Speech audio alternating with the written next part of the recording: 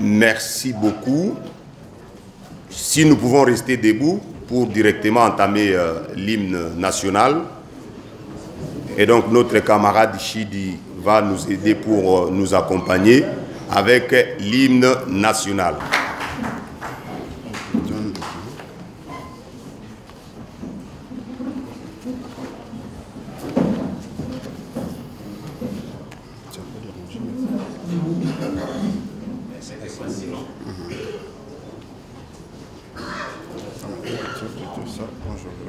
Je crois que comme ça c'est bien.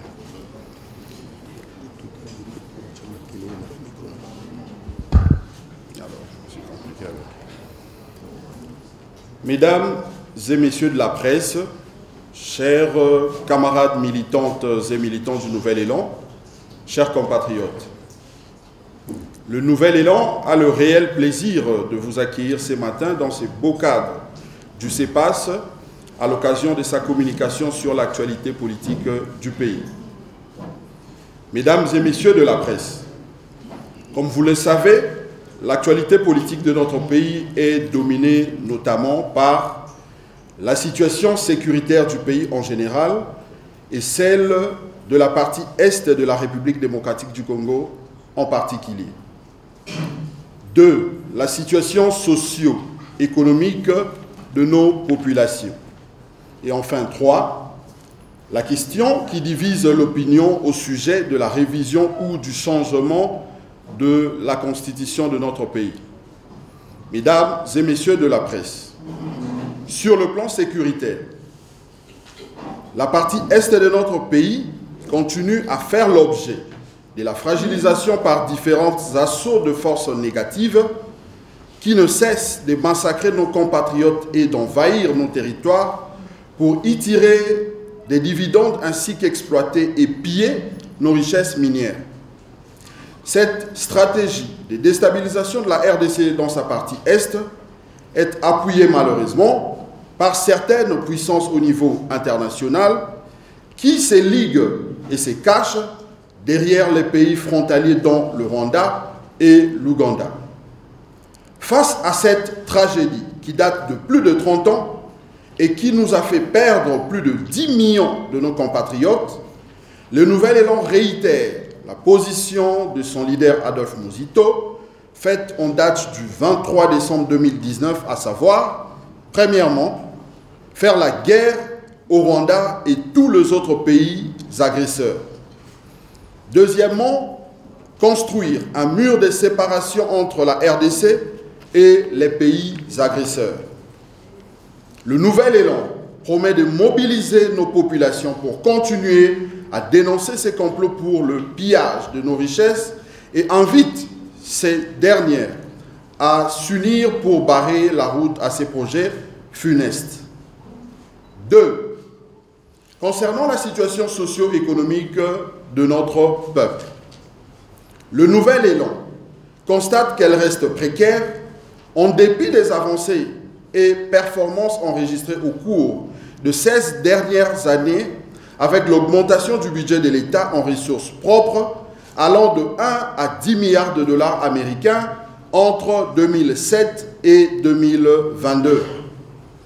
Les fonctionnaires et la population congolaise, de manière générale, ne se retrouvent pas dans la redistribution de la richesse qui est créée dans notre pays, en dépit de l'évolution plus ou moins significative du produit intérieur brut. À titre d'illustration, les fonctionnaires de l'État, les enseignants en général, les médecins, les magistrats, les militaires et policiers continuent de réclamer l'amélioration de leur pouvoir d'achat. Les infrastructures routières sur l'ensemble du pays et particulièrement dans la ville de Kinshasa sont dans un état de délabrement total et nécessitent une réponse urgente de la part du gouvernement. Pour ce faire, le gouvernement souverain devrait présenter au pays un horizon économique et financier pertinent dans le cadre du budget 2025. Ceci, au regard de ressources financières de près de 3 milliards de dollars mobilisés auprès des institutions de Bretton Woods par ces ministres du budget des finances et de l'économie. Ces gouvernements devraient aussi capitaliser la conclusion de la 6e revue réalisée par son prédécesseur pour mobiliser pour les 5 prochaines années 20 ou 30 milliards de dollars américains sur les marchés financiers internationaux en vue de lancer la construction des infrastructures de base, à savoir les routes, les chemins de fer, les barrages hydroélectriques sur l'ensemble du pays. 3. En ce qui concerne l'actualité qui divise l'opinion nationale, à savoir la révision ou le changement de la Constitution. Mesdames et messieurs de la presse, il est important que ces débats, il est important de souligner que ces débats n'est ni sorcier, moins encore tabou dans notre démocratie, en ce sens que la Constitution actuelle prévoit les mécanismes et les modalités de l'aborder. Il est vrai que les uns et les autres peuvent diverger dans la manière d'appréhender telle ou telle autre option, mais le plus important, c'est de s'assumer avec des propositions claires, concrètes et objectives. Ici, mesdames et messieurs, nous devons éviter d'être trop partisans et émotionnels de manière à privilégier un compromis qui soit républicain. Si hier, mon parti politique Nouvel Élan était le seul à aborder avec responsabilité cette question de la révision et voire du changement de la Constitution, à l'occasion de ces universités populaires et à travers les tribunes d'Adolphe Mouzito, aujourd'hui, nous pouvons nous féliciter de voir cette question être posée au plus haut niveau des institutions. Ce qui donne justement un caractère officiel à ces sujets qui méritent d'être débattus par toutes les forces politiques et sociales en vue de faire émerger la démocratie participative. Mesdames et messieurs de la presse, s'agissant de la révision ou du changement de la Constitution, le Nouvel Élan préconise, et cela depuis de nombreuses années, une série de réformes pour améliorer la gouvernance. Il s'agit notamment de la titrisation des terres en faveur de communautés locales. Ici, le Nouvel Élan a toujours voulu que soit reconnu juridiquement le droit des communautés locales à la concession perpétuelle de terres, ce qui s'oppose à l'actuel système foncier. Le Nouvel Élan propose de rendre effective la décentralisation avec un changement du mécanisme et du taux de répartition de recettes à caractère national et d'origine extérieure entre l'État et les provinces, y compris les entités territoriales décentralisées. Le Nouvel Élan propose de rendre concret le transfert des compétences exclusives de provinces par l'État en faveur de provinces. Le Nouvel Élan propose également de mettre fin au bicéphalisme institutionnel au niveau de l'exécutif national. Il propose de doter le pays d'une constitution définitive en mettant fin à l'existence de l'actuelle constitution du 18 février 2006, laquelle pour nous est une constitution de transition. Car, après la loi fondamentale de 1960, considérée comme une constitution de transition, puisque élaborée au Parlement belge, le Congo devrait entrer dans le processus qui devrait le conduire à la République, chose qui n'est jamais arrivée. Depuis ce temps, le peuple a vu son pouvoir être confisqué par les impérialistes qui vont imposer une oligarchie sous plusieurs formes au point d'empêcher le pays d'avoir une constitution définitive et républicaine. Car la constitution du 18 février est une constitution rédigée par un parlement de facto, des députés nommés par un pouvoir de facto et promulgués par un président de facto. Ce qui sous-tend justement notre thèse de la continuité du péché originel. Depuis lors, Adolphe Mouzito s'est toujours illustré comme l'un des bons élèves de cette école, avec notamment la thèse du changement de la Constitution pour revenir à la souveraineté du peuple. À titre d'exemple, nous pouvons citer l'une de ses interventions lors des ateliers du cinquantenaire du Palou en octobre 2014. En 2016, il a publié une tribune intitulée « Deux dialogues des transitions ». Ici également, il va défendre la même thèse, car cette tribune, la 9e, disait, je cite, « Retourner au peuple pour réhabiliter la loi fondamentale selon laquelle seul un pouvoir élu peut élaborer et adopter une constitution au Congo. » Il insiste en disant installer ainsi un deuxième verrou qui serait le peuple lui-même. On sait qu'il deviendra la seule source de légitimité et de légalité pour tout pouvoir constituant. Ainsi, on aura verrouillé davantage la constitution définitive contre tout putschiste à venir qui serait tenté de faire rédiger une constitution par un parlement dont il aura nommé lui-même les membres. Pendant la campagne électorale de 2023, nous étions, nous Nouvel Élan, l'un des rares partis politiques qui avait battu campagne avec des idées claires en ce qui concerne la révision de la Constitution qui pouvait amener à son changement total pour réhabiliter le peuple dans sa souveraineté. De ce qui précède, nous pouvons affirmer haut et fort que le Nouvel Élan et son leader, Adolphe Mouzito, n'ont pas changé de position par rapport à cette question comme le font bien d'autres, mais sont restés constants. Pour être honnête avec notre peuple, que tous ceux qui s'opposent aujourd'hui à l'idée de la révision de certaines dispositions de cette Constitution, voire à l'idée de son changement, regardent le peuple en face et reconnaissent qu'à un moment donné de l'histoire récente de notre pays, ils étaient parmi les défenseurs acharnés de cette même démarche.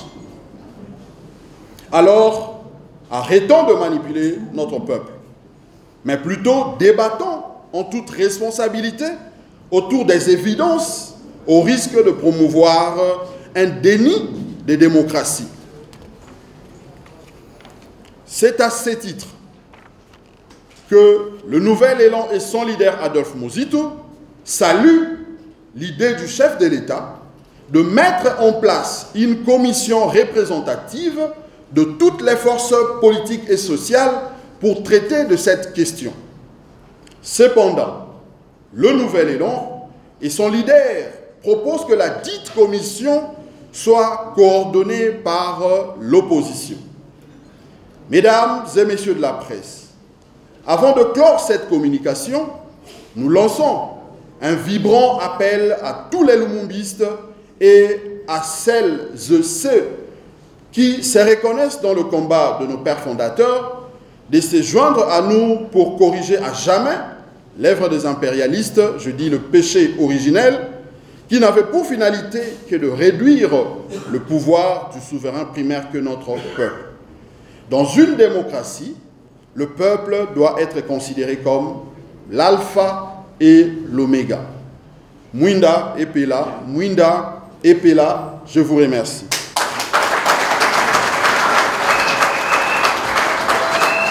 Merci beaucoup. Est-ce que Sengeli to kasoni to zonga simato bomban? To Sengeli na biso to saisir la balle au bon pour te faire réaffirmer aux ali makanisme na biso en tant que balumumbiste. ezali likambo ya koyoka soni te to ezali likambo ya kobanga elongi ya moto te ezali likambo ya koaffirmer identité.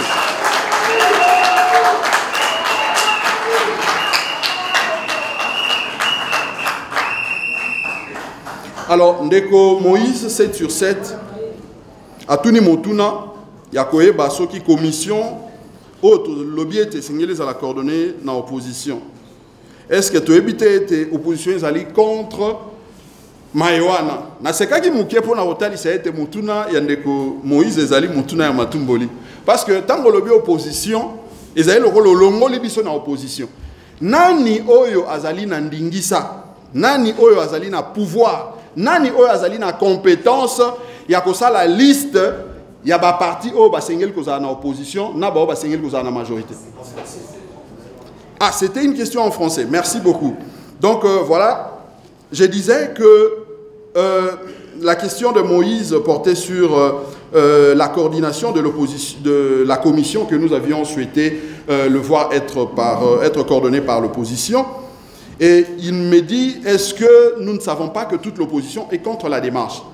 Et j'ai répondu en disant que qui est celui qui a le pouvoir d'établir une liste pour désigner les partis qui sont de l'opposition et ceux qui sont de la majorité? Je crois personne, parce que si vous lisez la loi sur le statut de l'opposition, on donne plutôt les caractéristiques, on donne plutôt les conditions pour être considéré comme parti de l'opposition. Et si vous lisez l'article 2 de cette loi, vous allez effectivement être d'accord avec moi que le Nouvel Élan n'a jamais fait partie de la majorité.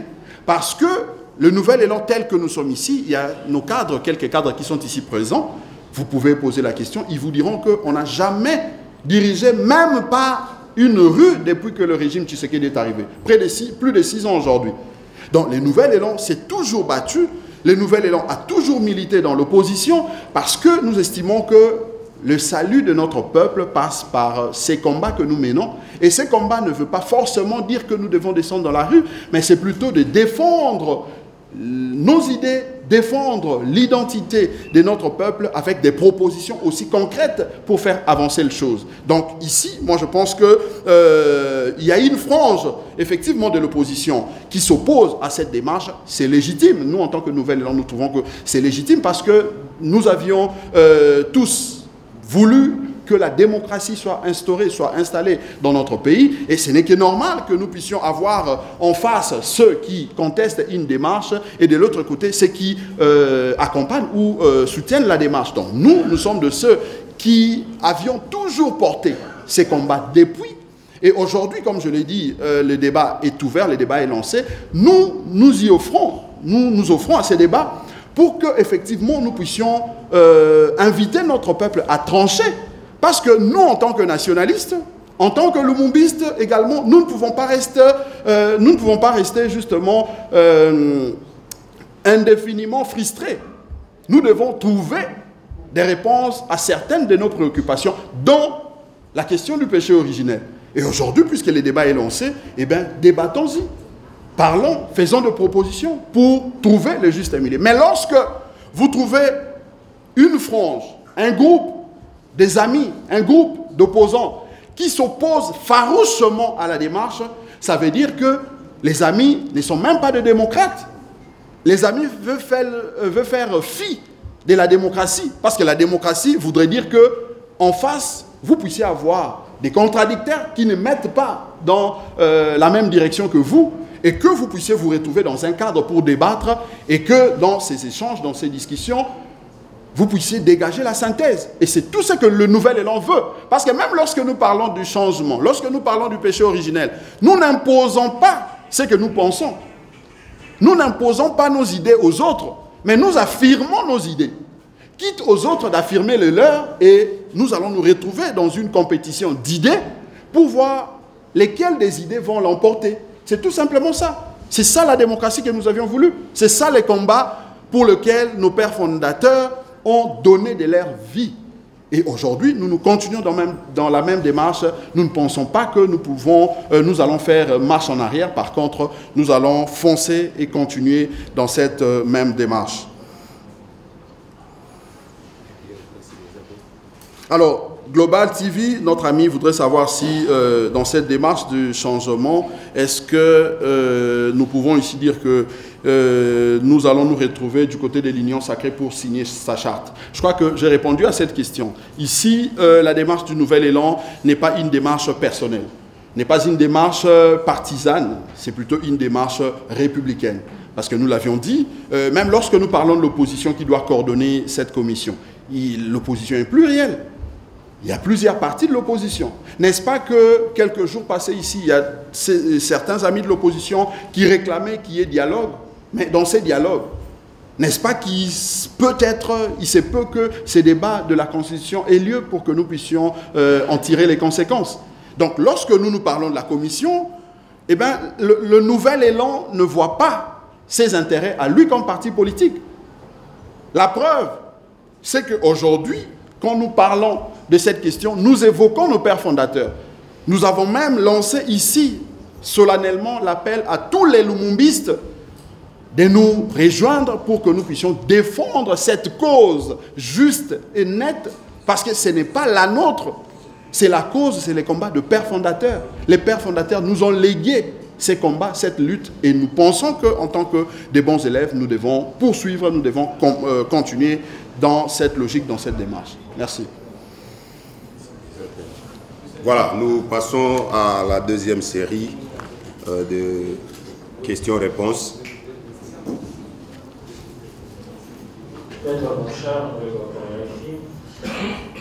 Parler de la révision constitutionnelle, cela veut dire que 800 millions et 1 milliard de dollars pour un pays qui a un programme avec le FMI, qui vient d'accepter son part. Pour l'Église catholique, toute révision est inopportune pour le moment au regard des urgences du pays. Qu'est-ce que vous en dites? Pourquoi ne vous sentez-vous pas offusqué par l'éventualité d'un troisième mandat? Parce que peut-être sans ignorer, avocat de votre femme, que toute révision ramènerait les compteurs de mandat à zéro pour l'actuel président et donc il pourrait donner un troisième mandat. C'est aussi ce que craignent d'autres opposants comme vous. Qu'est-ce que vous en dites? Le troisième mandat ne vous dérangerait à rien? Voilà.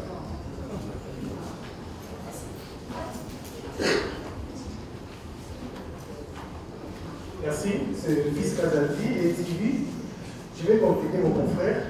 Maître Blanchard, vous avez cité l'UMS qui devait profiter par rapport à son pouvoir pour changer la Constitution.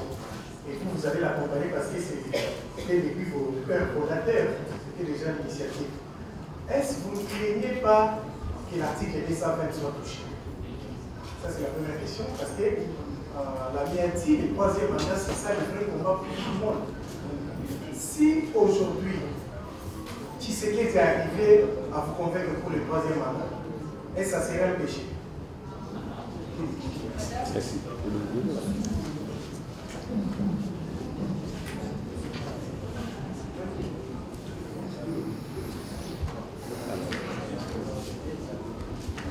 Merci beaucoup pour la parole. Maître Blanchard Moukoura, vous êtes avocat de votre État.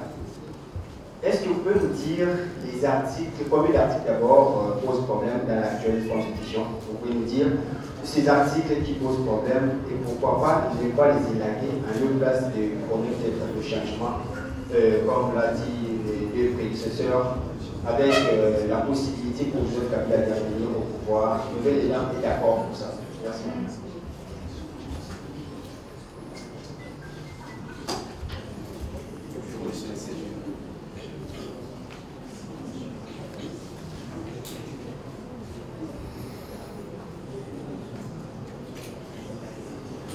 Oui, bonjour, M. CG. Merci beaucoup, je vous ai bien suivi. Moi, c'est M. Baron, écolo de l'environnement.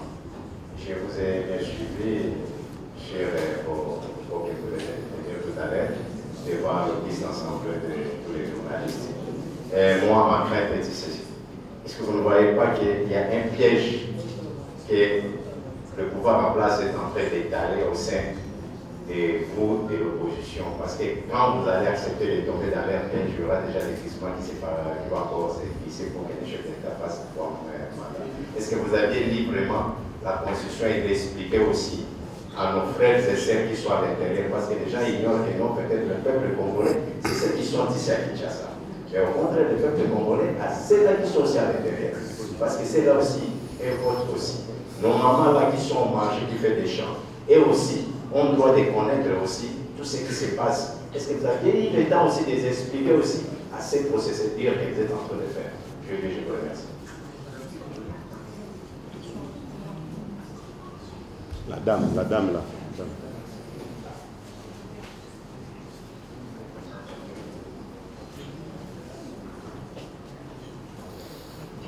Merci, C.G. Blanchard. Sarah Lévy, la pointe de la chaîne Solide Télévision. Maître Blanchard, que pensez-vous de l'opportunité à l'heure actuelle de la révision de la Constitution? Deuxième question, quelles sont les mesures que vous prévoyez en cas de la manifestation de l'opposition pour empêcher la réalisation de ce projet qu'elle juge impopulaire? Merci beaucoup. C'est la deuxième série et donc il y a déjà 5 personnes, 5 journalistes qui ont posé des questions. Donc à Maître Blanchard de pouvoir d'abord répondre à ces questions. Merci beaucoup, chers amis de la presse. Je commence par Moulegwa, RFI. 800 millions ou 1 milliard de dollars, je crois que la République démocratique du Congo est censée avoir les moyens. Parce que si vous regardez le produit intérieur brut de notre pays, comment ça évolue, vous regardez les budgets de notre pays, je crois que si nous voulons effectivement améliorer les choses, nous voulons avoir un texte définitif pour éviter les velléités des putschistes et autres de manière à avoir une constitution définitive qui ne dépendra plus des humeurs de putschistes des uns et des autres. Je crois que 800 millions, ce n'est pas ce qui va manquer à la République. Le 1 milliard, ce n'est pas ce qui va manquer à la République, c'est question de volonté. Si nous voulons les mobiliser pour justement nous donner un texte républicain, eh bien, ce n'est pas 1 milliard ou 800 millions qui peut justement nous faire reculer. Maintenant, l'Église catholique ou les autres, moi je l'ai dit, le nouvel élan, nous n'avions jamais pensé que lorsque les autres n'ont pas une même façon de voir avec nous, nous devons les empêcher. Le Nouvel Élan est un parti politique qui est démocratique et nous estimons toujours que dans la démocratie, chacun de nous a son point de vue. Chacun de nous est libre de mettre son avis. Voilà pourquoi nous respectons les points de vue des uns et des autres. Et c'est de cette même manière, dans cette même logique, que nous affirmons aussi les nôtres et nous pensons que les autres vont nous respecter de la même manière. C'est justement devant cette situation, devant cette multitude de pensées que nous pouvons, en tant que démocrates, en tant que républicains, débattre pour arriver à trouver la synthèse. Dans la démocratie, il ne faut pas penser qu'un seul individu ou un groupe peut avoir le monopole de pensée. L'Église catholique a le droit d'émettre son point de vue, mais ce n'est pas la parole de l'Évangile. Contrairement à l'Évangile que le prêtre dise à l'Église. Mais ça, c'est une question des sociétés. C'est une question qui touche les fondamentaux, les structures. Nous devons, chacun de nous, donner son point de vue pour que nous puissions en dégager la synthèse qui sera salutaire justement pour notre peuple. Le troisième mandat, c'est légitime pour les uns et les autres d'avoir une crainte. Et ça, c'est ce qu'on appelle des suspicions, j'allais dire suspicion légale, mais ici, ce n'est pas une suspicion légale, c'est une suspicion qui dépend effectivement des appréhensions des uns et des autres, ce qui est normal dans une démocratie. Mais nous pensons que même dans le cas, dans l'hypothèse de ces suspicions, il est toujours possible que nous puissions nous accorder autour d'une solution qui soit salutaire pour tous. S'il faut retourner un peu en arrière, en 2016, effectivement, nous nous sommes battus contre le troisième mandat. N'est-ce pas qu'aujourd'hui, nous nous retrouvons face à un autre pouvoir qui n'est pas le même pour lequel nous nous sommes battus en 2016? Donc, c'est pour dire que les suspicions sont légales, mais les suspicions ne sont pas forcément ce qui est censé être ou ce qui devra être. Donc, ceux qui soupçonnent cela n'ont pas tort, ont le droit de soupçonner. Mais nous qui pensons que, toujours dans ces soupçons, même dans l'envie des autres qui pensent qu'ils doivent aller dans ce sens-là, nous pouvons nous retrouver ensemble pour discuter et trouver la voie des sorties. Si vous lisez l'article 219 de l'actuelle Constitution, cet article donne les dispositions pour lesquelles on ne peut pas toucher, même en cas de révision de la Constitution. Donc, aujourd'hui, pourquoi est-ce que nous ne penserions pas à cette hypothèse-là, à cette possibilité-là, de dire, par exemple, que nous pouvons changer la Constitution pour respecter, premièrement, la procédure, partant de l'histoire et de l'idéologie, mais en laissant les dispositions qui peuvent prêter à confusion, qui peuvent créer des problèmes dans son précis état. C'est toujours possible. Donc, toutes les hypothèses sont possibles si les gens sont de bonne foi, si les gens sont vraiment des démocrates et des républicains, pourvu que nous puissions nous retrouver et discuter et au finish donner à notre peuple ce qui est de plus important. Fils Kazadi est revenu sur la même question de dire que nous suivons l'IDPS. Non, j'insiste pour dire que c'est l'IDPS qui nous a suivis. Je peux vous rappeler, en 2014, lorsque Adolphe Mouzito, je l'ai dit, était député du Palou, membre de l'AMP. À l'époque, quand il parlait déjà du changement de la Constitution, l'UDPS, dans l'opposition, s'est battu dans la rue pour dire qu'on ne peut pas changer cette Constitution. L'UDPS s'est battu pour dire qu'on ne peut pas modifier la Constitution. Mais aujourd'hui, c'est l'IDPS qui en parle. Entre l'IDPS qui s'est battu pour qu'on ne change pas, pour qu'on ne modifie pas cette Constitution en 2014, pour ne parler que de cette période-là, et nous qui étions dans la logique de changer et de modifier cette Constitution, qui a suivi l'autre? Je ne pense pas que le Nouvel Élan est en train de suivre l'IDPS. Le Nouvel Élan, comme je l'ai dit, est resté constant. Nous sommes dans la constance de nos idées. Nous sommes dans la constance de notre lutte, de notre combat. Mais aujourd'hui, ça nous fait plaisir de voir que lorsque nous prêchons, on arrive à amener de brebis qui se répandent pour reprendre le chemin ou la voie des nationalistes. Ça, il faut le saluer. Ça, il faut le saluer. Donc, pour nous, l'IDPS est revenu à la raison. Quoi de plus normal que nous puissions ouvrir cette brèche, ouvrir cette boîte à Pandore pour les autres, que nous puissions en débattre et tirer justement les choses au clair. L'article 220, c'est comme je l'ai dit, c'est une disposition. C'est vrai, cet article verrouille un certain nombre de matières. Mais tout est question de change, tout est question de discussion. Nous pouvons dire que nous changeons la Constitution, mais dans le fond de cette Constitution, il y a des dispositions que nous pouvons maintenir telles que élaborées, telles que rédigées actuellement. C'est faisable. Par exemple, l'article 220.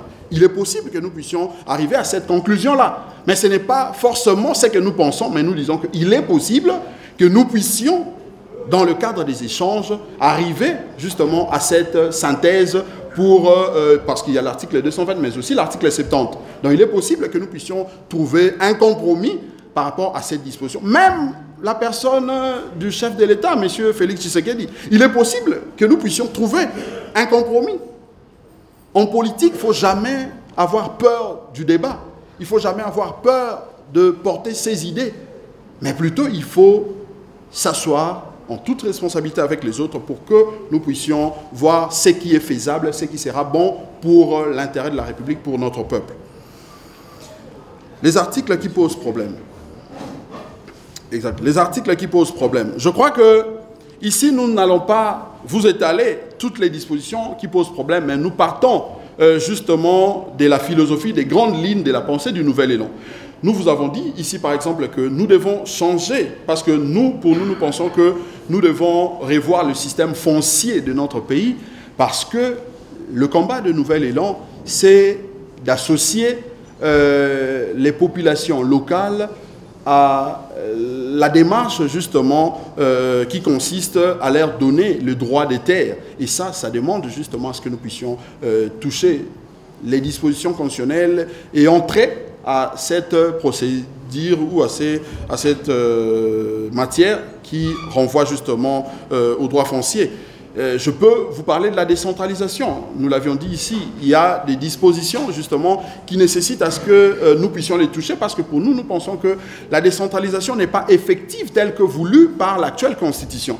Mais il est justement possible que lorsque nous parlons de la révision de la Constitution et même le changement, que nous puissions revoir ces dispositions de manière à nous permettre justement de rendre effective cette décentralisation voulue justement dans le cadre de cette Constitution. On a parlé de recettes, la répartition des recettes à caractère national et provincial. Il y a comme ça plusieurs matières, je peux en citer.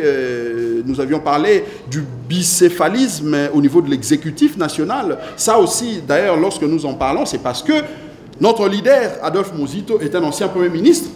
Il a vécu, quand il parle du bicéphalisme, il n'en parle pas comme un théoricien.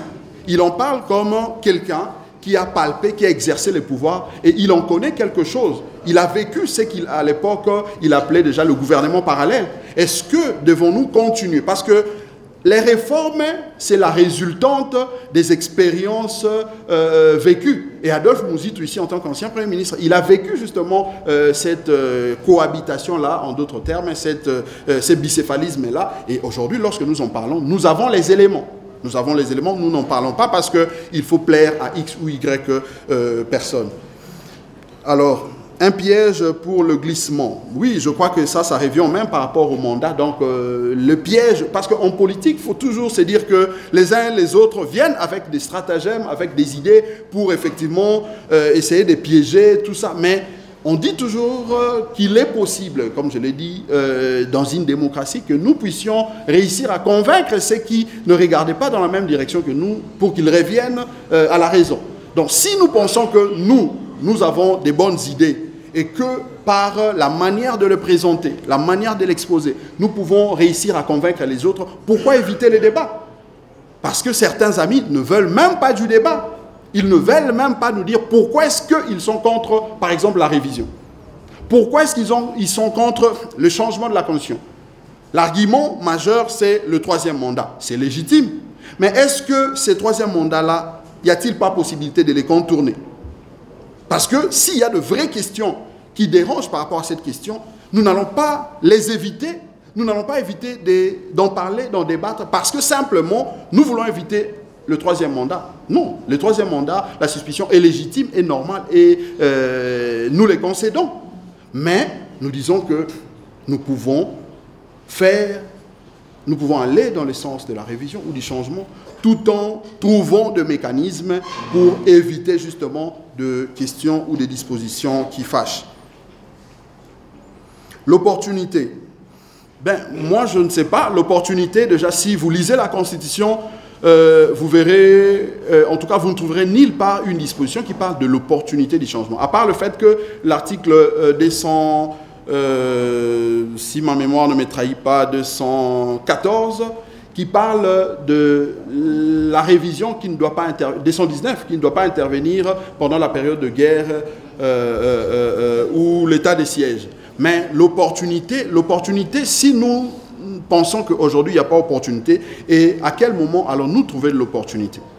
Donc nous pensons que les débats, comme je l'ai dit avant, on en parlait comme un fait privé, en tant que parti politique, mais maintenant que ces débats est élevé au niveau des institutions, eh bien, saisissons la balle au bon pour que nous puissions en parler, nous puissions trouver des solutions de manière définitive et nous éviter justement de revenir sur ça pour se pencher à autre chose, se pencher à la gouvernance. Parce qu'aujourd'hui, la classe politique de notre pays, nous voulons donner l'impression comme si cette question de la Constitution était la seule question qui dérange. Non, ici, nous, on a évoqué les questions sécuritaires. Nous avons évoqué les questions dites sociales. Donc, il est possible que nous puissions vider cette question et nous focaliser autour de questions qui touchent à la gouvernance de notre pays. Voilà, je crois que j'ai ramassé l'essentiel des questions. Voilà, donc c'est... D'accord. C'est tout. La RTVS 1, je crois que je veux revenir sur la même chose, Monsieur Adelin. les référendums peuvent occasionner le report de prochaines élections. Je l'ai dit, toutes les questions qui peuvent nous faire peur, qui peuvent nous inquiéter, il est possible que nous puissions trouver des réponses à ces questions-là. Il n'y a aucune inquiétude, aucun problème qui n'a jamais trouvé de réponse dans une démocratie. Donc, si nous pensons vraiment que nous voulons aller dans le sens du référendum pour mettre en place une constituante qui va élaborer le projet à soumettre, le projet de constitution à soumettre à notre peuple pour son adoption, eh bien, il est possible que nous puissions nous conformer aux règles de l'art pour ne pas justement déranger les susceptibilités des uns et des autres. Donc nous, c'est ça justement notre démarche. Nous ne voulons pas appuyer une option politique, mais nous voulons rester justement dans la procédure, nous voulons rester dans la démarche pour éviter justement les suspicions. Vous aviez parlé de la manipulation. Effectivement, c'est tout ce que nous ne voulons pas. Donc nous devons dire clairement à notre peuple ce qui doit être. Nous devons en tout cas décliner clairement nos idées devant le peuple, de manière à ce que le peuple tranche. Aujourd'hui, lorsque le Nouvel Élan parle du changement de la Constitution, ou même la révision, les gens pensent que c'est une question de vie et de mort. Pas du tout.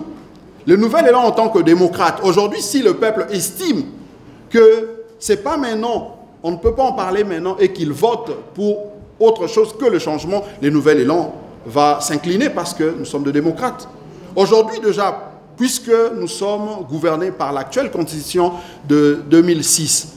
N'est-ce pas que nous continuons à dire que cette constitution est une constitution de transition parce qu'ayant été élaborée par un parlement de facto, les députés qui l'ont en tout cas rédigé, élaboré, étaient nommés par un pouvoir de facto et le président qui l'a promulgué était un président de facto. Mais nous sommes régis par cette même constitution parce que nous sommes des démocrates. Donc, puisque la majorité avait estimé qu'il fallait aller d'abord avec cette constitution, nous nous sommes inclinés, mais cela ne nous a pas enlevé. Ce que nous continuons à défendre jusqu'à aujourd'hui, c'est le péché originel, la démarche de lumumbiste, la démarche de nationaliste. L'article 217 de la Constitution. Bon, je crois que ici, nous parlons du changement de la Constitution. Je ne vais pas entrer dans cette polémique parce que nous sommes assez matures, nous sommes assez intelligents pour essayer justement de départager cette question. Mais ce qui est important par rapport à notre communication d'aujourd'hui, c'est de dire que le Nouvel Élan reste dans sa constance qui consiste à dire que nous devons avoir une constitution républicaine émanant de notre peuple. Mais m'amener à cette question, je pense que ce n'est pas l'objet, ce n'est pas ce qui est plus important. Notre ami de MK Buzz. Bon, alobeli mingi makambo ya ba agenda caché.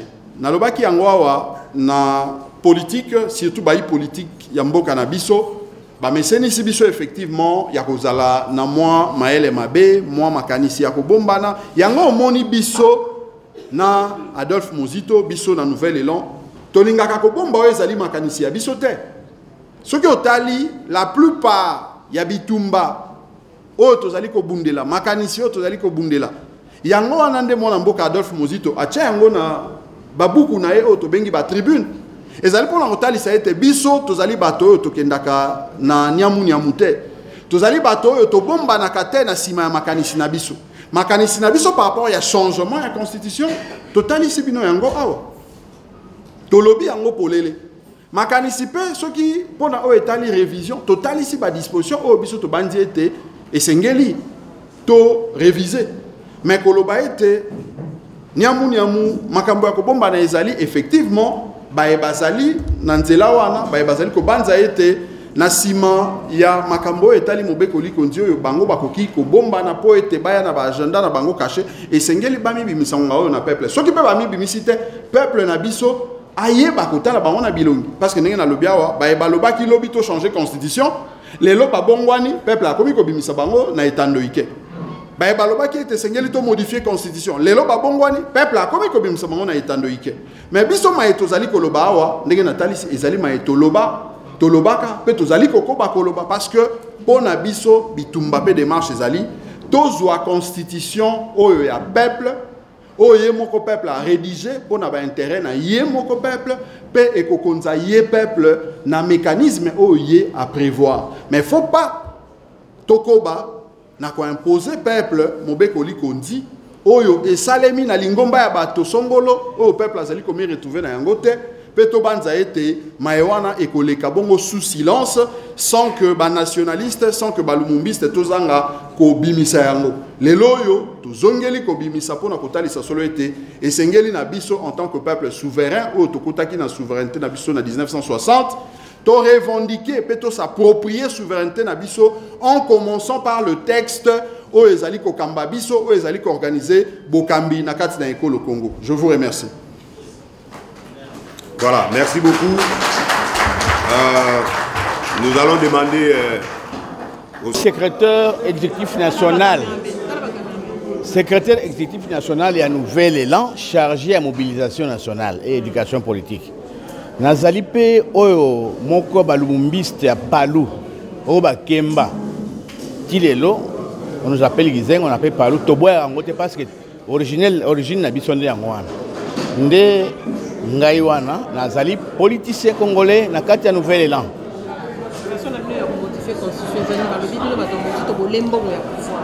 Oui, comme modifier la constitution, maman, na sepeli mingi, boyoki yango binomo kwawa. Mingi bakansa ke bandi lelo, rien. Mboka oyo nous, to beta la tolo ya komona ke bisone to ebi yango bien. Parce que mingi na moni pe na kati ya mboko bazako lobe la constitution ngo oh article 217 article 220. C'est les limites. Mais il y a beaucoup de choses comme mon bien côté na kolobate. Mais mkona we kuna na kopanza. Pona osana mukanda ngona lepio fungula page wo. Fungula page wo. Alors ce qui tozo kufa tozo beba na mboko yo. Po tozana mukanda moko malamu ka poezo mabiso. Meza biloko mabe mingi na kati. Biloko mabe mingi esengeli to pikola yango. Parce que depuis 1960 batu bakeni Belgique na Bruxelles en janvier 10 février, basali table ronde à Bruxelles. L'homme était en prison, à l'André-Golanda, pas Batouane, ça y a bima avant tout ça la conférence, dans la table ronde. Mais qu'est-ce qu'ils ont fait? Même na Korea, la résolution de la table ronde, mais la mauvaise disposition, au Batiaïna Katia, loi fondamentale, il y a des Belges qui sont Congolais, tout ça, la pendant que indépendance. Pas un décret. Loi et ça quelque chose n'est Kabila Salaki. Mais on nous plaque la constitution, la loi fondamentale de la Belgique, du gouvernement belge, piégé. Il y a un moment que la Belgique va monter que c'est au Tikeli Bango, Nicolo, ça ira mal. Le 5 juillet déjà, imagine le 30 juillet indépendance. Le 5 juillet, itinéraire bandi, soldat na bisona ba belge na kan Kokoloa et Indi. Et après le 11 juillet Tchombekuna na Katanga a fungoli sécession naï. Le 8 août, Kalonji na Kasai a fungoli combien 2 mois. Il y a une émission vue. Passenyo soana ba faisait travailler bisona mon beko ba belge. C'était un piège. Qui les lots na retour dans le colon sur la biso ba mikolo bazalia moko a participé à un référendum après Lumumba à l'Axakamsabi. Voilà, merci papa Tozo, temps est bien. Je crois que prochainement, Tozo,